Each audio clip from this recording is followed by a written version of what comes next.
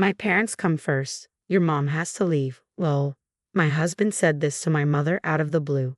Believe it or not, his parents had moved into our house without even asking. Okay, I'll go, my mother said sadly and left the house in tears. I'm Nancy, 30 years old, and I own a small cosmetics business. My husband, Jimmy, is also 30 and works as a hairstylist. We met through work and have been married for a year. Before getting married, I lived with my mother, who is chronically ill. She has been single since divorcing my dad. After dating Jimmy for a year and a half, we talked about marriage. I asked if we could live with my mom after getting married because I couldn't bear to leave her alone. At first, Jimmy didn't want to live with my mother because he thought it would be awkward. We couldn't agree on this, so we decided to meet each other's parents. When Jimmy came to my house and met my mother, he was surprised. This house is big and beautiful. It's big enough for several people, Jimmy said, admiring it, but he still didn't want to live there. So, I offered to pay all the living expenses if he agreed to live with us. He agreed to this. I also met his parents. Their house was old and worn out, but they were very kind to me. With our living situation settled, we got married. I make more money than Jimmy, and my friends noticed the difference in our incomes.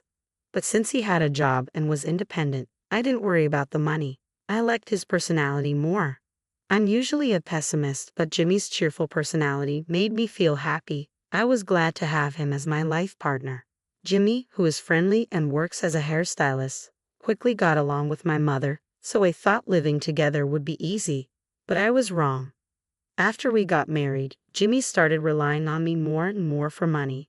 My mother didn't like this and often scolded him. Jimmy, are you borrowing money from Nancy again? I've never seen you pay it back, my mother would say. Jimmy, annoyed, would reply, I'll pay it back with my next paycheck. You said you borrowed money because you didn't have enough to go out drinking. But if you don't have money, you should stop going out, my mother argued. It's for work, so I can't avoid work-related outings, Jimmy replied. My mother wasn't convinced. Basically, you stay at home all day so you can't understand. Jimmy got annoyed. To ease the tension, I quickly said, I get why you want to go out with colleagues, so it's okay. Nancy, you're too soft on him, my mother said. He said the same thing last month and the month before. Has he paid you back? No, he hasn't paid me back. In the years since we got married, I've lent Jimmy several thousand, but he hasn't paid most of it back. Since he doesn't pay for living expenses, it's hard to believe he's out of money, I added.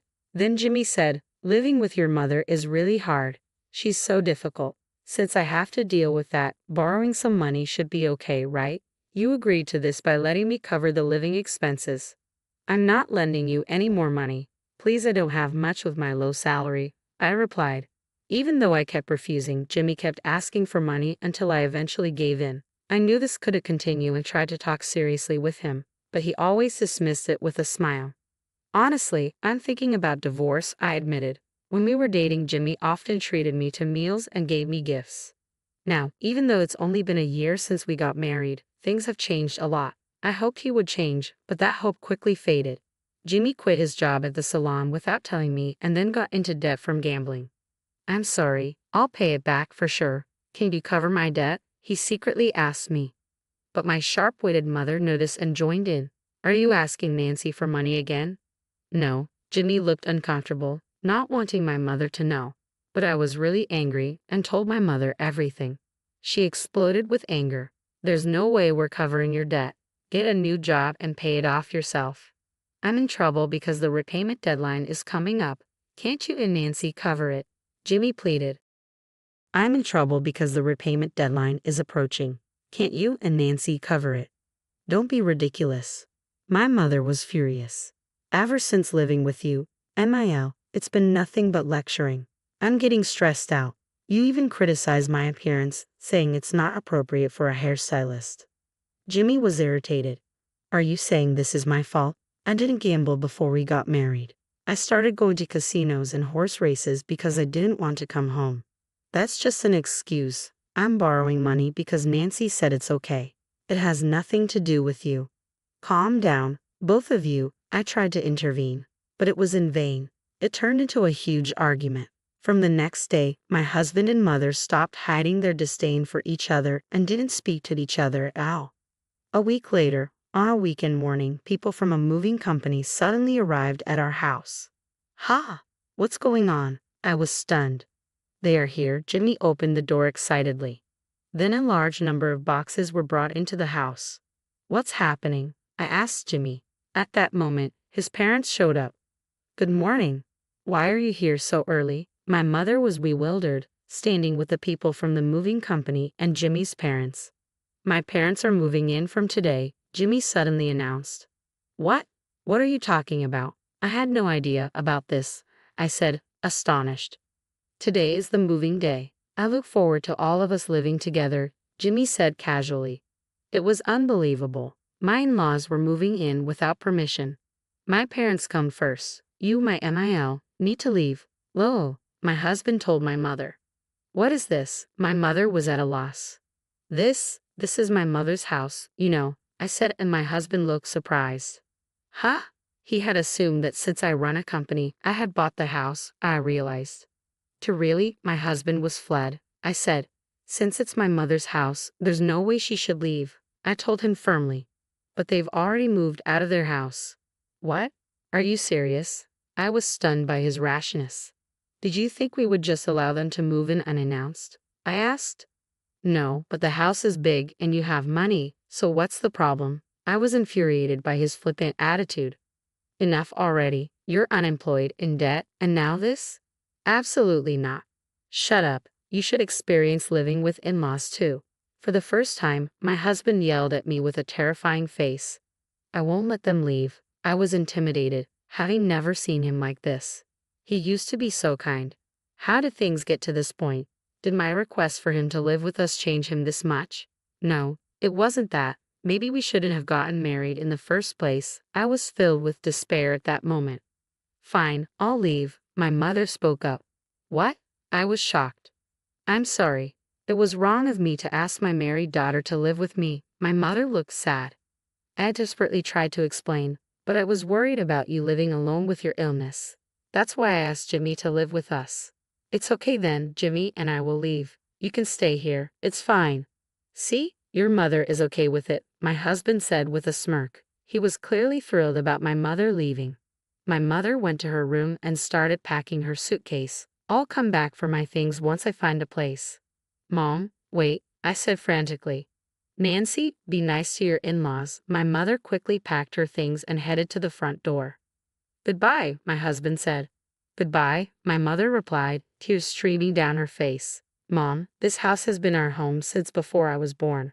Are you really going to let it go over this? I tried to stop her. She looked down, wiping her tears with a tissue. Her shoulders were shaking as she couldn't stop crying. It's okay, I'll handle the house expenses, so don't worry. Goodbye, she said, her voice breaking and her eyes red. Watching her slender back as she left, I felt a deep anxiety. Yay, we got the house. My husband was triumphant. After my mother left, I couldn't believe his attitude. I quickly packed a suitcase with my essentials and decided to leave the house too. You're leaving just because my parents moved in. My husband called after me, but I ignored him and walked out. After that, I stayed in the same hotel as my mother and commuted to work from there.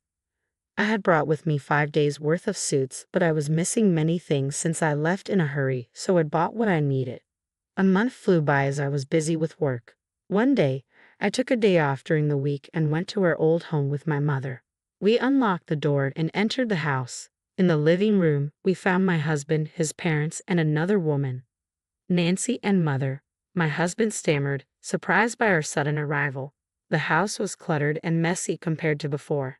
As usual, Jimmy and his parents were working and were living comfortably. MIL, you look different. Jimmy noticed the change in my mother, who used to be in her room, dressed in clothes without makeup. Now, she was dressed up with full makeup and wearing high-end brand clothes and jewelry. The first thing my mother said was, I've sold this house and the land. You need to move out. Move out? What are you talking about? Jimmy and his parents were shocked. The movers will be here soon. They'll pack my furniture, appliances, and belongings. They'll also pack your things. You need to leave within a week.